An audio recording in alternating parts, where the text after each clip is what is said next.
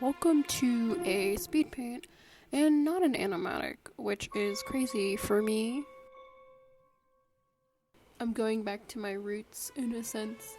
I don't know, I guess, in doing a speed paint, because I used to just post speed paints on here, but I actually deleted a lot of my old videos because I don't really like the art in them. I think it's normal to dislike some of your old art. I don't know. I just wasn't happy with a lot of my old art because when I started posting, it was like 2016, so I was 16, and my art was not the best. I am currently working on an animatic, so yeah. I would love to constantly be making animatics, but I kind of can't do that because a lot of other things get in the way, and animatics take a lot of time. And sometimes I'll do like a tiny bit of animation in them. I have so many ideas I would love to make, but not enough time. My one weakness, time. Anyways, on to the actual drawing, because that's kind of important, I think, maybe. I could not get his leg down right. It took me a while. Sometimes you just have to redraw a certain thing in your art. And I think I redrew the leg, and I think I drew the leg enough times to figure out a good position for it, finally. I had to make sure it was actually planted on the ground. Lately I've just been super obsessed with this musical. I was rewatching Phantom and I'm like, maybe I should redraw something for it or just make fan art, since I like to make fan art.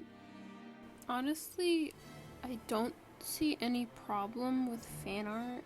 I mean, I am primarily a fan art artist. I feel like drawing existing characters is easier since, you don't have to make a story for them and, give them personality. You already have, like, the character made for you, and you can just portray them through your own art. As for the expressions, I wanted to make them very, very crazy, because, like, I wanted the expressions to be very, very crazy and very intense, because, like, this is a very intense scene in the musical. So I made Phantom's eyes, like, very, very wild, and yeah. And since my style is, like, cartoony, I can exaggerate certain features. I love exaggerating features, especially as, like, an animator. At least I do animation as a hobby. It's a very useful thing to do in art. And Christine's expression was also kind of tricky, because she's, like, gasping for air, and I didn't really know what to do or how to do it. And I eventually paint over my lines, because that's how I do my painting, but I literally paint over my lines, so you don't really see the expression that's happening in the sketch right now. I didn't want to make her face too detailed also, because her face is so small in the piece, so if you zoom out in the overall piece, you're not even going to see, like, all the details, so what's the point in putting in so much detail on a tiny thing, But yeah, the background, I kind of struggled figuring out what shapes to use for all of the lantern, or the lamps, the lights, whatever you call them. I made them all swirly because, I don't know, Victorian stuff. So, like, I added all these swirly details to his little organ place and the lights, and I think it looks acceptable. I didn't heavily reference the actual, like, set in the show. I don't know, I loosely based my background off of the actual show. It's hard to work off of the reference because you can't truly tell what's going on in the reference. And I loosely used the reference. For, like, the colors, I wanted everything to be dark and eerie and spooky, so I definitely went with a lot of dark blues, which I think fit the mood of it very well. And Since this piece is overall very, very intense, I wanted like the whole composition to be like tilted. It's like an action scene, I don't know. So I think, you know, tilting the entire camera made it more interesting, because I think if it was flat and everything was straight, that would just be boring, right? So just rotate your backgrounds and then bam, you'll get something interesting, maybe. Lately I've been making a comic, and that definitely has been helping me with drawing backgrounds and experimenting with backgrounds. Backgrounds aren't my most favorite thing to do, but I think this is a decent background.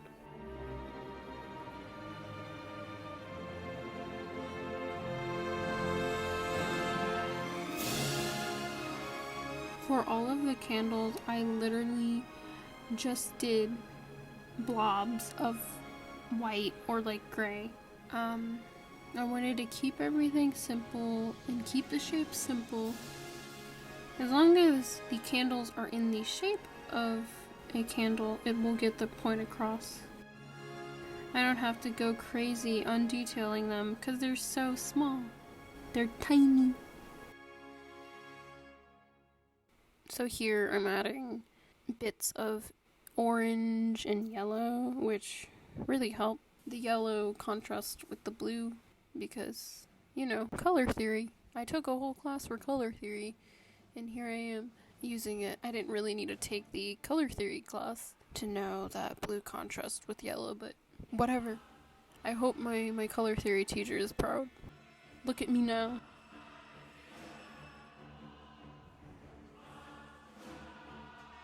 And for the skin, I just used like a grayish blue / purple, and then I mixed it with like a lot of blues. Skin tends to change in different environments, so like they're in a very blue place, there's blue lighting everywhere, so I made sure to make it all gray and blue and icky.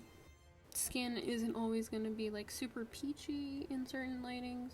If you go and like color pick someone's skin tone in like different like settings, you can like see how light affects skin tone. So this is like primarily blue lighting, I think, and everything has generally like a little bit of blue inside of it, or like gray or purple. And I love to use the airbrush tool as well. I use it very subtly to blend out certain things or add like a little splash of color in certain areas.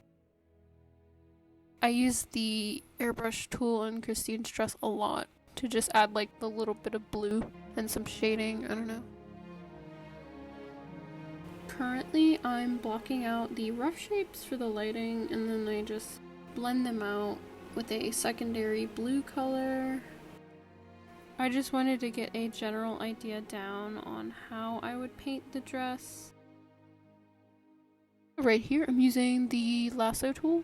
I select my shapes with the lasso tool and I either use it to shade a certain area or lighten a certain area. It's very helpful to use it just to like mark out your shapes, but I don't do it all the time. But if you need to do like very quick shading, use the lasso tool because it's like super easy and super simple. Just draw out your shape and color it and bam, you're done. I've even seen people make complete pieces out of just the lasso tool, which is amazing, honestly. I don't have that much control. I find it's hard to get a super clean shape with the lasso tool. When I use it, I try not to get too many jagged edges. I don't want my shadows to look too unnatural in certain areas. And also I really like using the lasso tool for subtle hair highlights. And I'm doing that right now over on Christine's hair. And now, on to everybody's favorite, Raul. Everybody loves Raul. Am I right? Okay, like, I'm not a fan of Raul. I said it. You know, I think I like the Phantom better. Sorry, dude. It's not called Raoul of the Opera. It's called Phantom of the Opera. I'm sorry, I'm so sorry, Raoul. But you're just like kinda boring. I kinda made his shirt a little bit more poofy than what it originally is. Because I love poofy shirts. Like, if I can put my character in a poofy shirt, I will be happy. Favorite character design thing of mine is just putting someone in a poofy shirt. Like, it's so nice. And onto the veil. It's such a big veil, but it's like so pretty.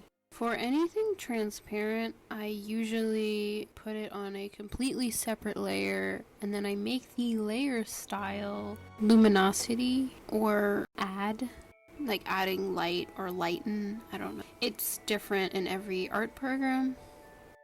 My last big thing that I do in my paintings is I start painting over all of my lines. I combine my line layer and then my color layer just to make everything easier so I can erase things on one layer. And usually like I start refining the actual art in it. I don't want to lose the sketchiness in this. I don't want to lose my original vision when I paint over it. Basically I'm just enhancing my lines and cleaning it up a little bit. But I usually clean it up with a brush tool, it's like an oil brush tool.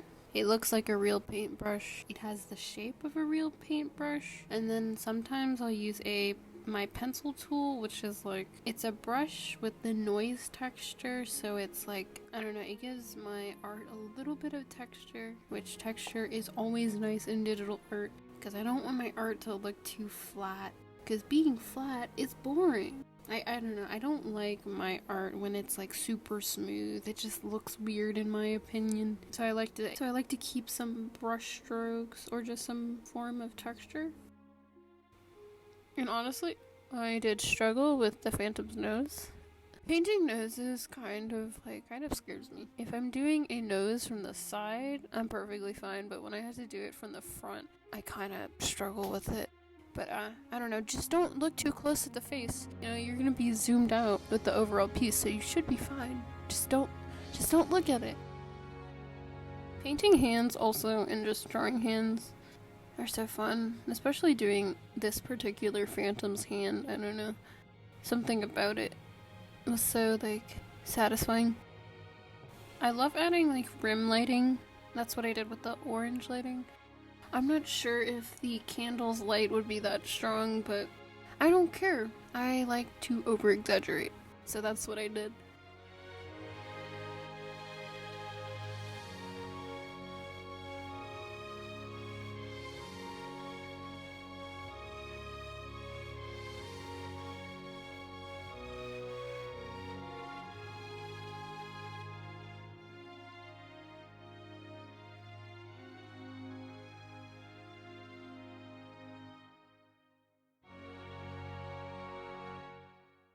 And in particular, I did not like Christine's face. So what did I do? I just colored over the whole entire thing. That's what I suggest. If something's not working out in your piece, just paint over it. You'll be fine. You can just repaint it. Oh, this is like my favorite part of the piece actually. Drawing on the tiny little flowers on her veil. Like, it's not that detailed, but it was just so nice to do, to block out little circles for the flowers. Like, I didn't want to add too much detail to her face or anything, because it's such a small area in the piece. If you zoom out, you're not going to be up close to your face, so what's the point in adding so much detail?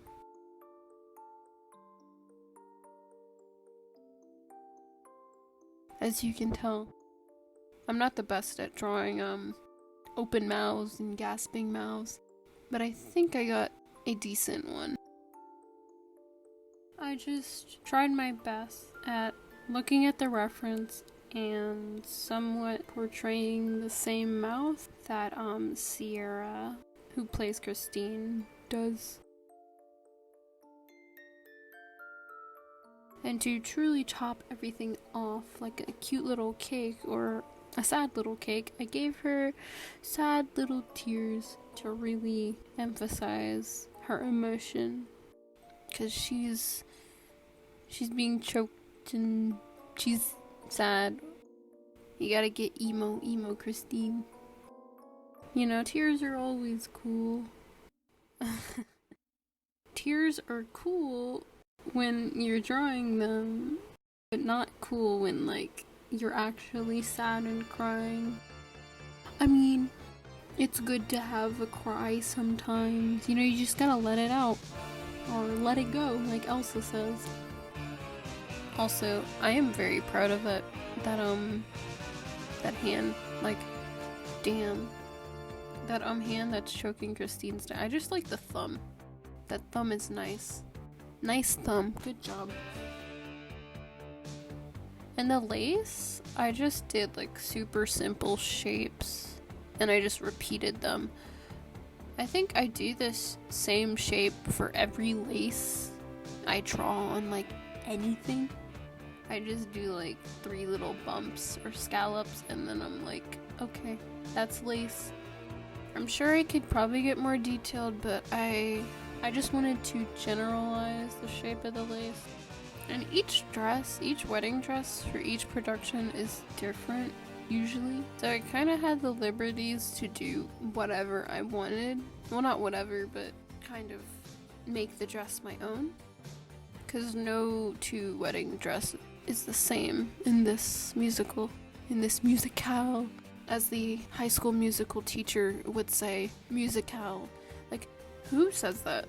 Like, I don't know anyone who realistically says musicale unless they want to sound uptight, which is what the High School Musical teacher sounds like, because I mean, that's what she is, right? And then there's also like ruffles on the dress, which is really nice. There's like ruffles above the lace, I think. I don't know, I didn't really know what I was doing with the skirt, to be honest. I was just trying to make it look pretty, and I think it looks pretty enough. I don't know, it was a tough dress to draw. And honestly, I probably could have made the train bigger. Like, she has a big train. Like, she's got a big, long, like, waterfall bow, and then a big, big train. And surprisingly, in the production, the wedding dress is really, really light, because the Christine has to, like, move in it and stuff. That actually surprises me. I don't know, I know too much about this wedding dress, because one night I fell down a hole on Tumblr.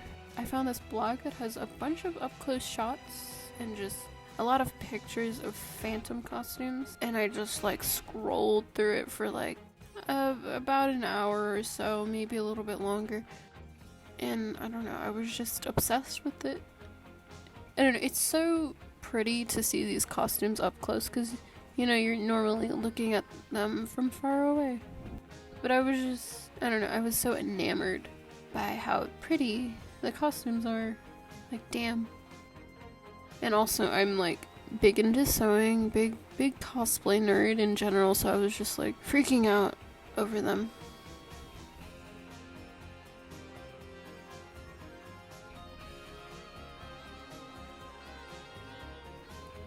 Anyways, I'm currently trying to clean up my background. I don't know, my art's pretty messy, but I try to keep it somewhat clean enough, you know? But I don't think messy art is a bad thing. Yeah, so I got nothing else to comment or ramble on about in particular. So I'ma head out, enjoy the music.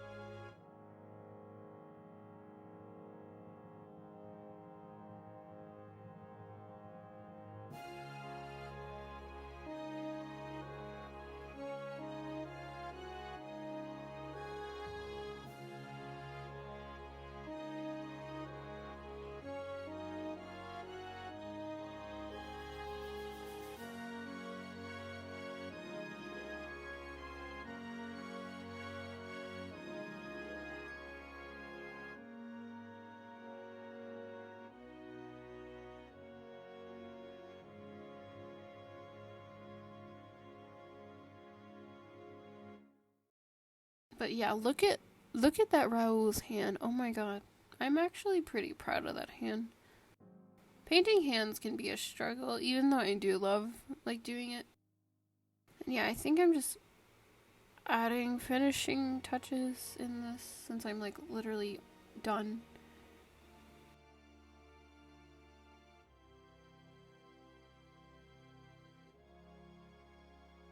And then boom, here's the finished piece. Crazy, I know, I did that. Thank you for watching.